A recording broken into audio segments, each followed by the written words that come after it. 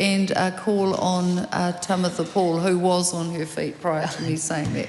Thank you. Tēnā koe, Madam Speaker. So the three things that I want to cover off and focus my attention on in regards to this bill today is one, the process that has led us to the second reading of the Corrections Amendment Bill, and particularly focusing on the removal of treaty provisions. The second point I want to focus on is why we need treaty provisions in the first place. And the third point is why I think that corrections should not feel confident or comfortable to remove these crucial provisions from within their Act. So let's talk about the process first. Here's a bit of a timeline for you.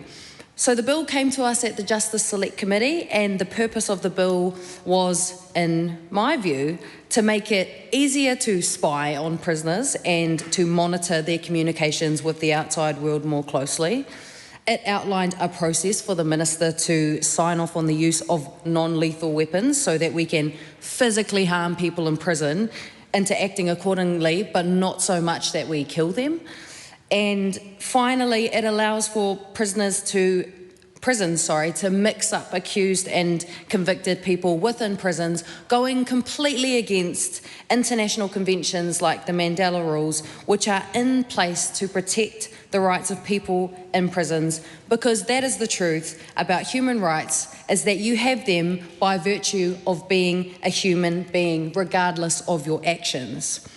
We had a whole range of people come and talk to us and organisations and tell us about what they felt about these changes. And some of those submitters even praised the work that Corrections had been doing in honouring Te Tiriti o Waitangi. And that was the one opportunity that the public had to share their opinions and feedback on the bill. And then on the 2nd of May, we were advised that the treaty provisions would be removed from the bill. And even worse, nobody would get to have a say on such a major decision because the feedback was already collected. And I guarantee you, if those people and those organisations knew what was being proposed by the government and the removal of those treaty provisions, then they would have made very different submissions. And what's worse is that we had advisors from the ministry come in and give evidence as to why they support the removal of treaty provisions from corrections. And what concerns me the most is how deeply undemocratic it is that corrections would recommend this on the basis that Cabinet told them to do it. We have an important democratic role on select committees to scrutinise the decisions of the government on behalf of all New Zealanders. But how are we supposed to do that when the advice we receive is predicated on decisions made by Cabinet? Not on evidence, not on the actual performance of the department, but on the opinions and views of Cabinet. As opposed to what we know to be true, which is this: not one person within corrections can tell me that they are not failing Māori, and in doing so are failing the whole country. Corrections have no leg to stand on when it comes to giving out advice on the treaty. But why do we need treaty provisions in the first place? It's no secret that Māori are overrepresented in the justice system, and I'm getting sick of hearing it, and I'm getting sick of saying it. But I will repeat it for the record, because despite the fact that Māori make up just 17% of the population, we represent 52.8% of the total prison population. And for wahine Māori, that's even worse. That's even higher at 57% of the total female prison population. And just 30 years ago, that figure was 20%. So in the span of my lifetime, the proportion of wahine Māori in prison has increased threefold, to the point where Māori women are the most imprisoned Indigenous women in the world, and that's compared to the United States, Canada and Australia. It's clear that corrections and our government have accepted this shameful reality, but have not accepted any actual responsibility for intentionally bringing us to this place.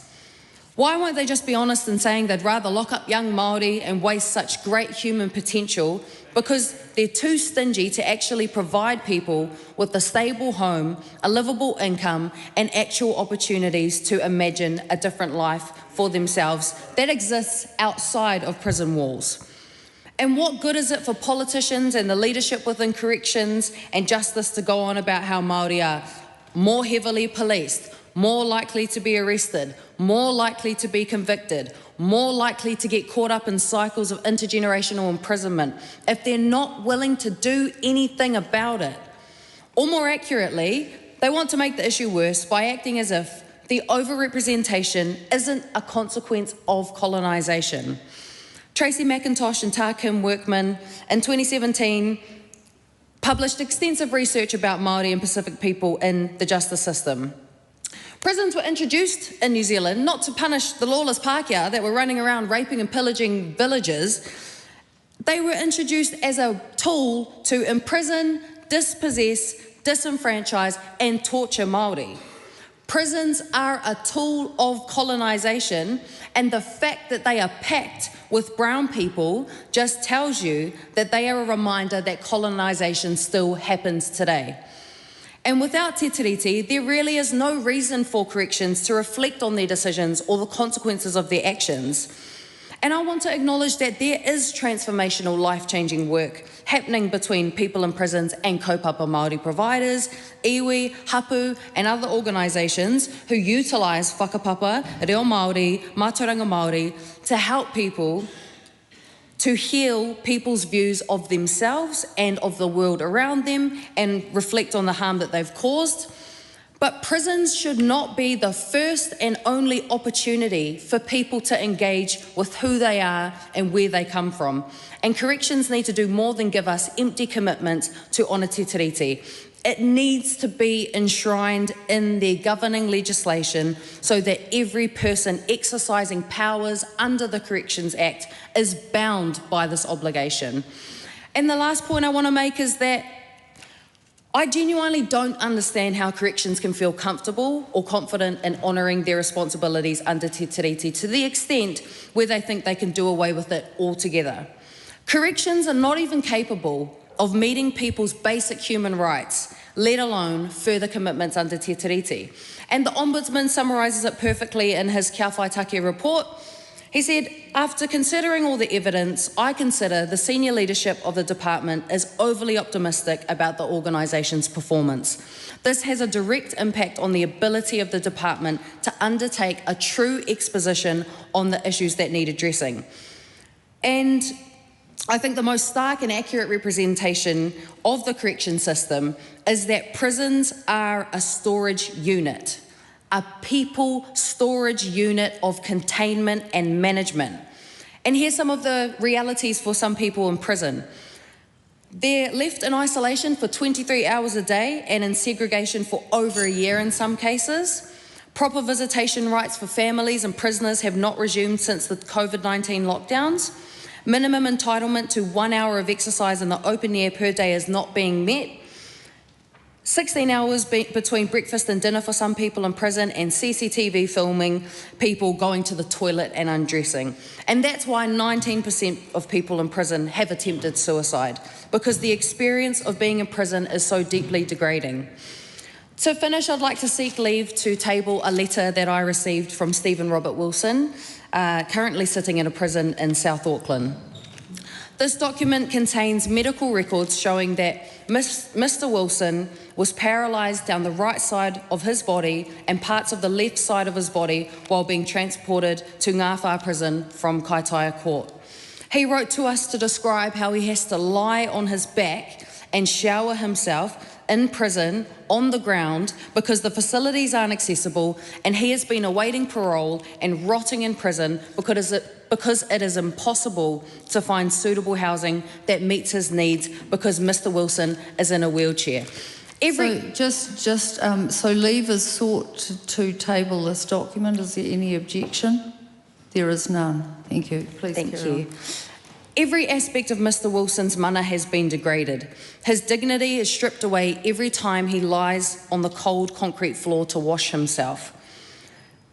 It's clear through stories like Mr. Wilson's and through reports that corrections fails to meet basic human rights, particularly those conventions around torture and minimum standards for people in prison. Because even if we have to accept that even humans who have created harm are still entitled to basic human rights.